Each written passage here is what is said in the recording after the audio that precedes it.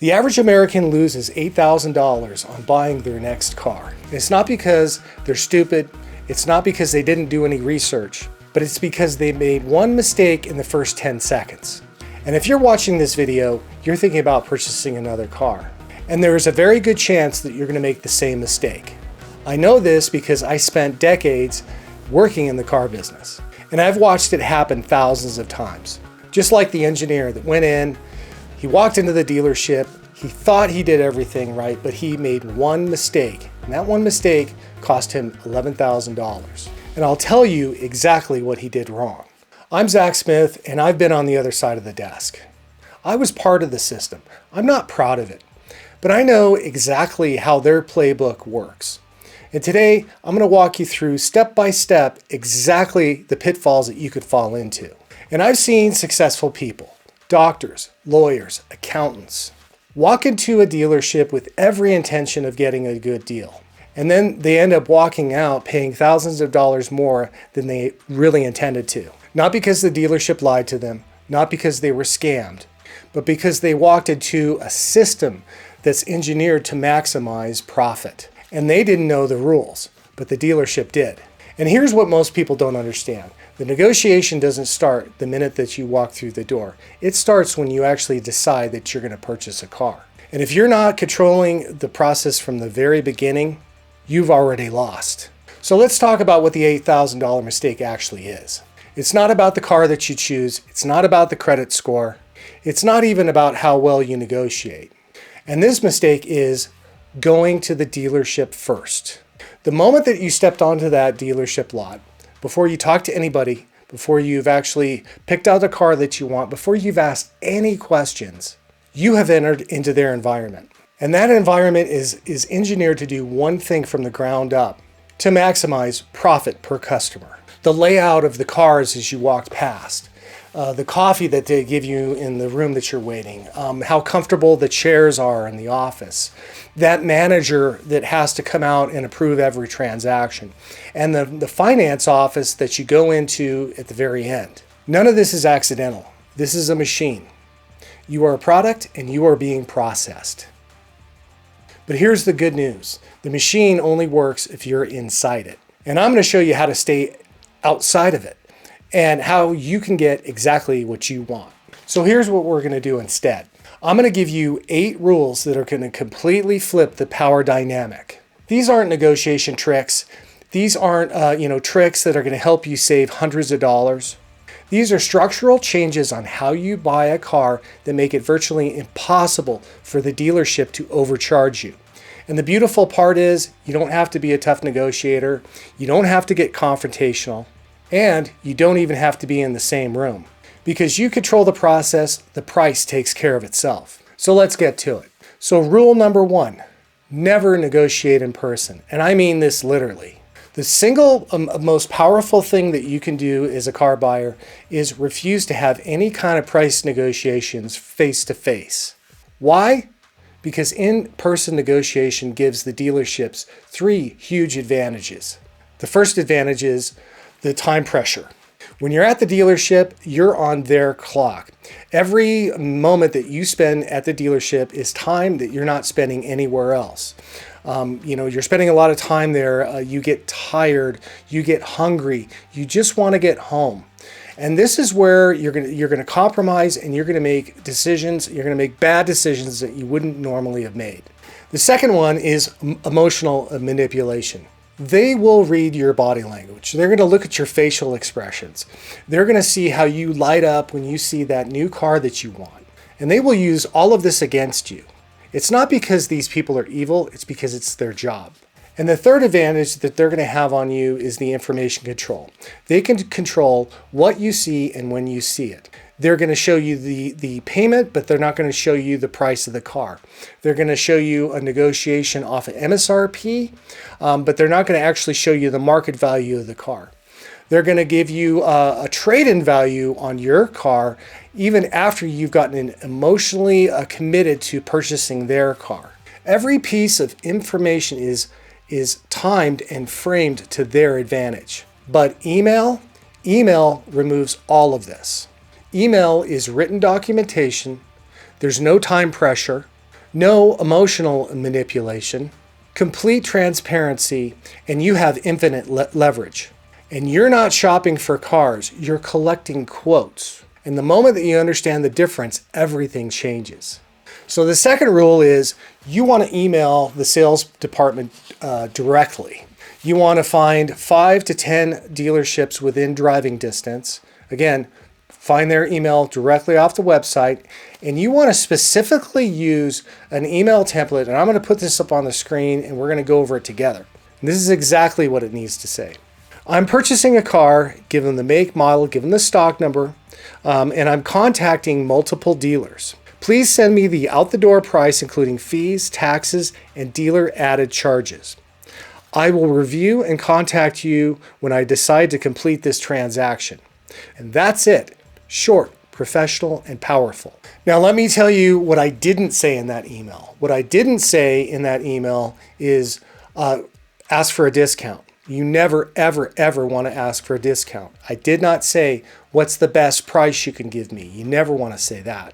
I did not ask about current incentives on the car. And I did not provide them with my phone number.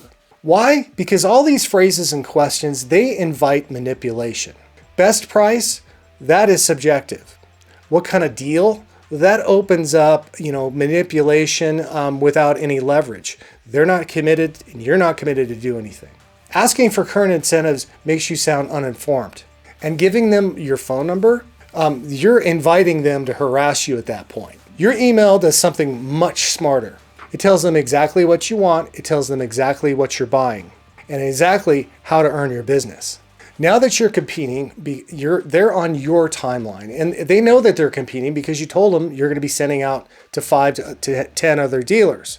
Now they have to justify the price, not the other way around. Rule number 3, and this goes back to the other one, never, ever, ever, ever, did I say ever? Never ask for a discount. Tell them what you're willing to pay. And this is where a lot of people get it wrong. They'll contact a lot of different dealers and they'll say, what's the best price? How much can you discount it? Can you give me another $500 off? When you ask for the discount, you're still in their frame and you're begging. You're hoping that they're still going to be generous. So here's what you need to do instead. Once you've received multiple quotes from multiple dealers, you need to look at the lowest one and decide what you're really going to pay, between $500 and $1,000 below their current offer. And then you need to send them a second email. And this is exactly how this one goes. I'm going to put this up on the screen as well. Oh, and by the way, this is what they're going to send you.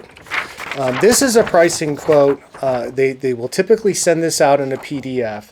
Over here, it's got payments. We're not concerned about payments right now, but it's going to have the price. It's going to have sales tax and fees. It's going to have all these ridiculous add-ons.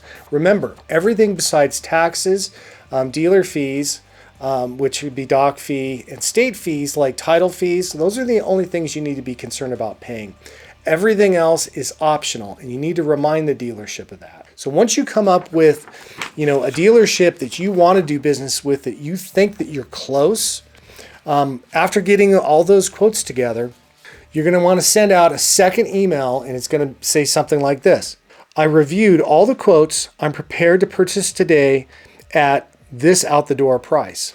If you can meet this number, send written confirmation and I'll schedule pickup. If not, I understand and appreciate your time. Okay, so watch what happens. Some dealerships, they're just going to say no, or they're not going to respond to you. Some are going to counter you. And then some, more than you would expect, are going to accept your offer. In my experience, almost 40% are going to they're going to either accept your offer or make some sort of counter offer. And why is this? It's because you're doing something a lot of buyers don't do. You made a firm, credible offer. You didn't negotiate, you didn't haggle. You just stated a number that will earn the sale, that will earn your business. And for the dealership, this is attractive. It's a guaranteed sale with no back and forths. It's clean, fast, and certain. But here's the key. You need to be willing to walk away from this. If no dealers accept your deal, then obviously the price that you're offering them is far below what the car is worth. So you need to adjust your pricing of your offer. or wait for certain market conditions to, to go away. Or you actually need to look at maybe a less expensive car. This is all your decision. Remember that. And the moment that you show any kind of desperation, the whole thing falls apart. So rule number 4, you need to control the timeline. They don't value your time like they do their inventory. They thrive on, manufacturer, urgency. So don't get wrapped up in that. Now it's very important. If you do decide to move forward, let's say you've got one of these pricing quotes from them, it's finalized, everything is agreed to.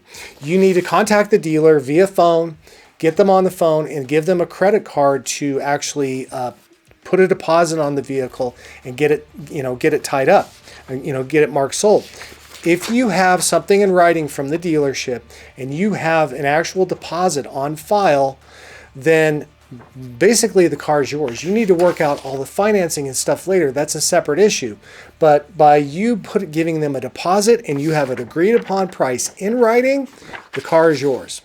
Oh, and a side note, more importantly, when you do give the dealership or any dealership a deposit on a car, make sure that you do it over the phone with a credit card. The reason why is if something goes squirrely, if they decide to renege on the price or back out of the deal, or maybe some other unknown circumstance comes up and you need to flat cancel the deal, you can always contact your credit card company and they will 100% always claw that money back for you. Number 5, never go to the dealership until everything is agreed on in writing. You don't want to be that customer that goes into the dealership, spends 6 hours there, and they've already maybe tried to add more fees to you. I had one lady, she spent 6 hours at the store. On the 4th hour, she decided she would agree to $3,200 on add-ons that she wouldn't have normally done. You need to control these people. Don't go to the dealership without a timeline. Specifically, call them up and tell them, I'm going to be there at this time to sign my paperwork to take delivery of the car. Do not let them dictate your timeline. That's for you to do. Number 6, understanding a market reality. With cars are in low supply, there typically is no negotiation. So all of this stuff that I've been going over with you will not work on cars that are in low market supply. Let me give you an example. Your Toyota RAV4s, your Toyota 4Runners. If you can find one of those cars out there that's not sold, that you can stomach exactly what the price is that they're asking, go and buy it. This negotiating on something that they have a low supply of doesn't work for everybody. That's why you may actually need to change which kind of car you're going to buy if there's no negotiation available. Rule number 7, and this kind of goes without saying, you need to protect your private and personal information. Always have your credit locked. Go to Experian, Equifax, and TransUnion. Get your credit locked and only unlock it when you've decided A, which car you're going to buy, and B, if you are financing it, which bank you're going to use. If a dealership has special financing from the manufacturer like a 1.9 or 0.9 available, obviously go with them. You never want to be in a position where they have your credit and they're running it and they're sending it to multiple different banks. That's something that you definitely want to avoid. Have your credit locked and only unlock it when you know which bank they're sending it to. And this brings me to my final rule, and that's rule 8. Bring your own financing. Always go to your bank or credit union and find out what your payment's going to be on set amount of money that you're financing.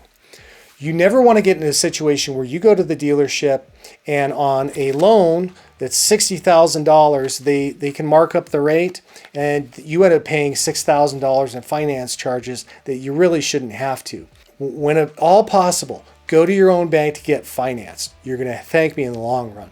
Hey, if there's anybody out there that's purchased a car in recent memory, do me a favor, go down in the comments and leave me some feedback on the dealership that you did business with. I'd like to know about your experiences. And if anybody out there is in the market for a new or used car and you want my professional advice, go down in the description. There's a link for a one-on-one Zoom consultation with me. Or better yet, click on the barcode that's on the screen right now. Last month alone, I saved one client over $3,200 by having a 30-minute conversation with me. I know it works and I know I can help. So here's your system. Never negotiate in person. Email several different dealers with specific requests. State your price. Never ever ask for a discount. Control the timeline. Only visit the dealer when you have the deal locked in writing. Understand market realities. Protect your own personal information, and always try to get your own financing. Follow these 8 rules and you'll never overpay for a car again. The buyer who controls time and information controls the price. Be that buyer. So now that you know a little bit more about how you can maybe save yourself a lot of time and money, you need to watch this next video. This is about some of the tactics that the guys in these car stores wish you didn't know about. So until next time, don't forget to hit like and subscribe. We're going to catch you on the next one, and goodbye.